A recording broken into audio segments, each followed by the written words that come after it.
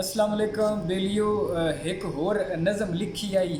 इस तो पहले भी मैं एक नज़म लिखी जिंदे तुसी बड़ा प्यार मुहब्बत का इजहार किया सी, तो उस तो पिछे फिर दोबारा हिम्मत हुई है तो एक होर लिखी है। उम्मीद करदा कि भी तुहानू पसंद आवेगी। अपने वही रचनावी जंगोची जटकी लहजे दे विच हाज़र है। संग मोयां दे मरदा कोई नहीं, संग मोयां दे मरदा कोई नहीं, गम नू सौखा जरदा कोई नहीं। अंदर बलदे भांबड़ रांदे, अंदर बलदे भांबड़ रांदे, एवें आवां भरदा कोई नहीं।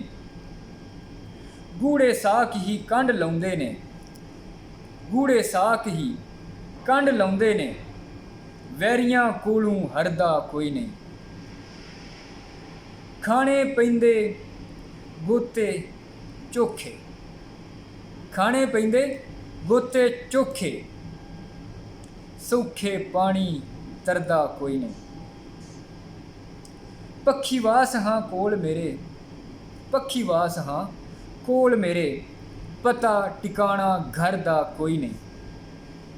धक्के लभदे जग विच हर थां, धक्के लभदे जग विच हर थां, हथ किसे दा फड़दा कोई नहीं।